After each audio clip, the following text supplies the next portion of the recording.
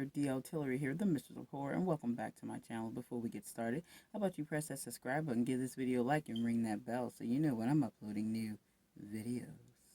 Welcome to my book haul. Now this book haul, 23 different books. One half of the book haul is gifted books, and the other half are personal purchases that I made over the last 3 months, I guess you could say. So first off, let's start with the pile that I personally purchased. Now first up is Lindsay Sands, Mile High with the Vampire. So this one, obviously I haven't read it yet, so really excited to read this. I really like the size of this one. This is not the usual paperback, romance paperback size that you get. So I was kind of pleasantly surprised. You can see how it's wider, and that's a little different. They usually all are the same size. I think they're generally about, let me see, I have a book here that's similar size.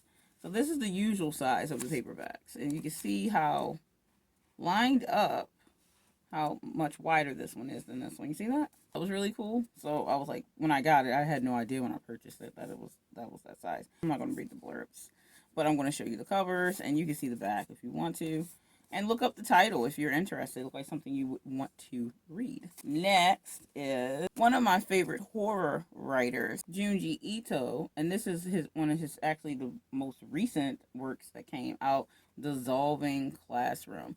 As you can clearly see, they are actually dissolving.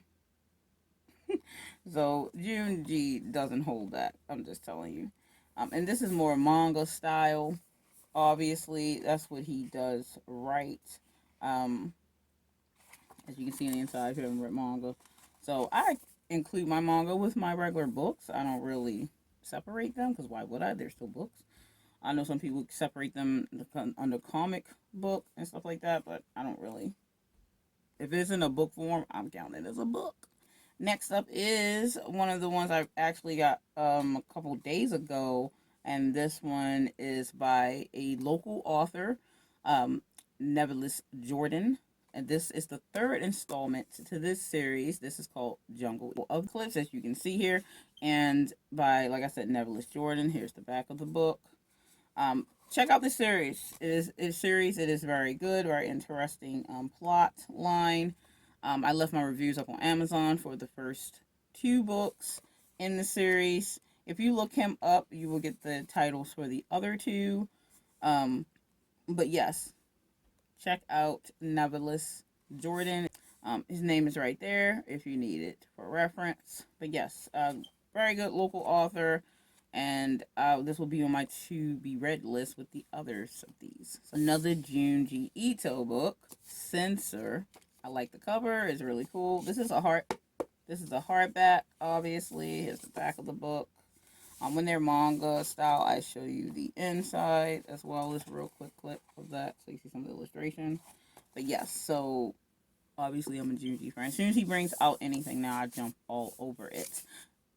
There's 3 Junji Ito books in this haul. So here is another one for you. And these came, as they released, I purchased them. I pre-order his stuff most of the time. Deserter, another hardback for you, as you can see. And here's the back. Let's just say Junji Ito does not disappoint. He does not disappoint. And again, I'll show the inside because this is manga style. So yes, if you, again, haven't heard of Junji, then you need to definitely check him out. Legend of Dritz, Starlight Enclave. I had not read it yet. And for those who are not aware of Dritz, this is his daughter on the cover that he had with Canterbury. Dritz Duarden is the character's name, who's here, the dark elf. He is of the Drow. And I really always liked R.A. Salvatore. That's who the author is. If you didn't see the name down here, R.A. Salvatore's Dungeons and Dragons. Alright, and next up, these are some heavy hitters right here. If you haven't heard that Kentaro Miura actually passed last year, I don't remember which month it was. He was the writer and creator of Berserk. If you don't know what Berserk is, this is Berserk. These are the deluxe editions, and it's pretty much like if you bought the mangas of those, and if they were just compilating them into hardbacks, that's what this is. And you see these aren't open. I've been purchasing the bigger hardbacks of these for since last year, but I'm only buying one at a time. They are quite expensive, like $42 to $50 a piece, and they're still being released as we speak. So like I have the other ones pre-ordered right now. I think they're up to pre-ordering to number 12. This is number 7 in the series of these hardback deluxe editions. I plan on having all of them.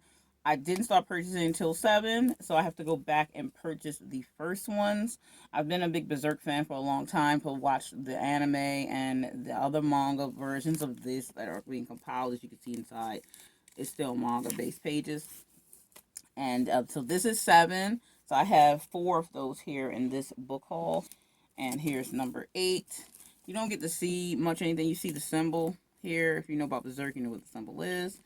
And then you see here on the back, it just goes into what episodes are in it. So I'll give you a hint of what's in here. So like in volume 8, we have it has 600 pages, and this is Berserk 22 through 24. So that gives you an idea of what happened each one, and it does have like a little blurb for the back, so it tells you what like this consists of. And yeah, so unfortunately, the series did not get to be completed before he passed. And no, he was not old enough to pass. So unfortunate, that's sad that he passed too early. His assistant is going to finish out the series. So fingers crossed that he will be able to get that done. But we will probably see some changes. He's going to keep it as close to what Kentaro would have wanted. So and here is volume 9 of this here. They all look the same, but I'm still showing you. It's number 10. 11 and 12 are not out yet, so they'll be in my next book haul. Well, that's the books that I purchased myself. The other ones are ones that I was gifted over like the last 2 months or whatever. So let me go ahead and jump into that pile. Next up, I have 2 audiobooks, and the first one is by Carl Hyacin. I'm probably not saying his name right because I butcher names. I will tell you that. Then the title is Squirm, and here's the audiobook. And this is supposed to be a young adult novel, which I don't tend to read young adult. I think one of the only young adult books that I read since I've been an adult was Twilight series back in the day when I was in my 20s. And I wasn't even aware it was young adult time. I wasn't paying attention when I was looking through the bookstore. So I mean, I would never purchase a young adult book like if I was going to the store. Now, if someone, gifted it to me, or if it's an author friend who writes young adult, I would read it in that case. But it's out of the ordinary for me. But I will be listening to this one. He's very popular, this author. I've never heard of him, probably because it's not in my genre that I read on a regular. But you can check it out. Look it up on Amazon. It's up there. You can get it in different formats, obviously. But yeah, so it sounds interesting. It's supposed to be about a young boy who's searching for his father, and it has a bunch of different animals in it, like snakes and blah blah blah, all this stuff. So it sounds interesting just from reading a little tiny bit of blurb on Amazon. So not bad. And then we have, this one's probably more self-help, I would imagine, for women, I think, called Lean In. Sheryl Sandberg. And it says Women, Work, and the Way to Lead.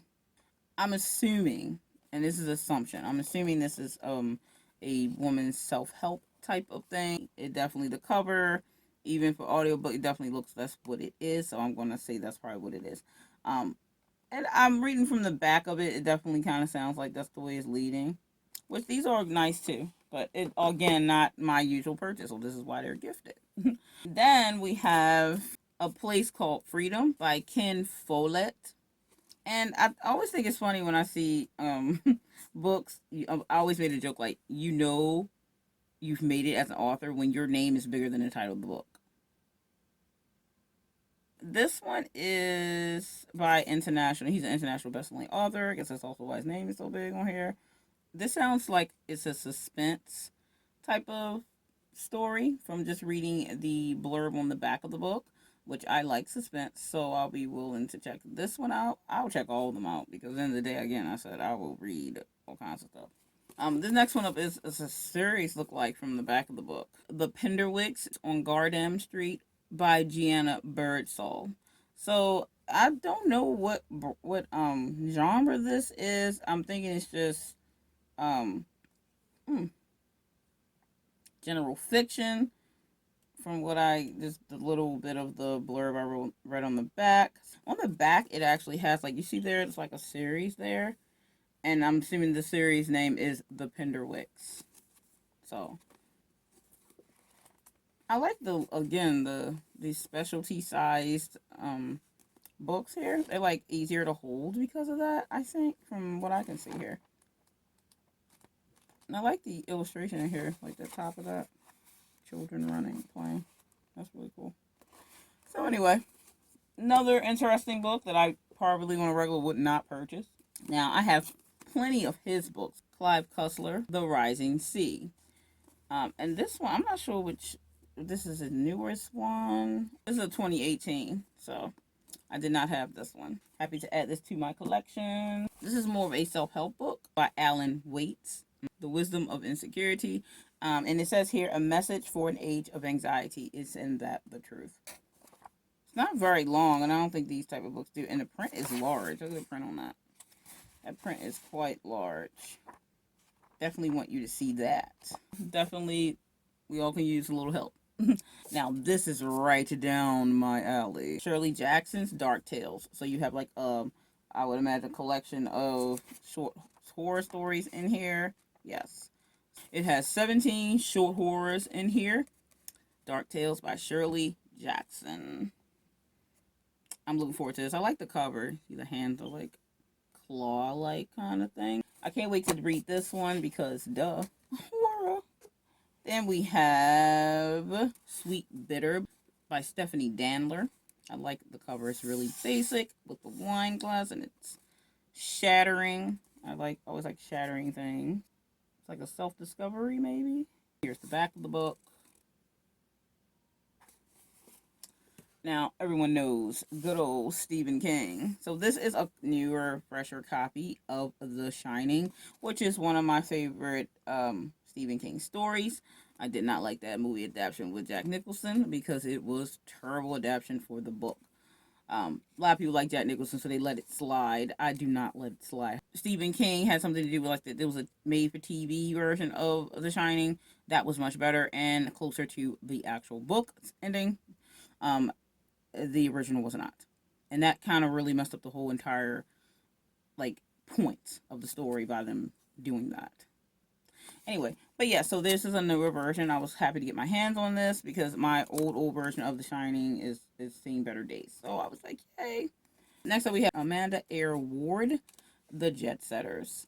And here's the back of the book. I'm quite sure that this was a movie adaptation of this. Almost sure of it. Well, you know your book's going to sell when Oprah has it on there. Just telling you. And then we have one author I have not heard of. This is The Idiot. I really like the cover because I like very abstract type of covers like this. And it goes on to the back. I'm not going to try to say the author's name because I am going to butcher this. It may be Dostoevsky. I'm not sure. But yeah, I'm just going to let you see the name. So that way I don't butcher it. So this one here is by Paul Mendez. And it's called Rainbow Milk. Now, this does not have a blurb on the back. The blurb would usually be on the inside sleeve. So I am not sure if it would be, but I haven't been reading the blurb, so I'm not going to start now. But I will read this one little part in the back of the book because I think it's worth mentioning because I believe this was this author's debut novel, I think they're saying here. So this is by someone in the back. You know how authors put other authors say stuff or just different publications say things. It says, when did you last read a novel about a young black gay Jehovah Witness man from Wolverhampton who flees his community to make his way to London as a prostitute? Well, listen here. This might be a debut, but Mendez is an exciting, accomplished, and daring storyteller with a great ear for dialogue. Graphic, erotic alert. Don't read this book if you like your fiction cozy and middle of the road. Hey, you've been told, okay?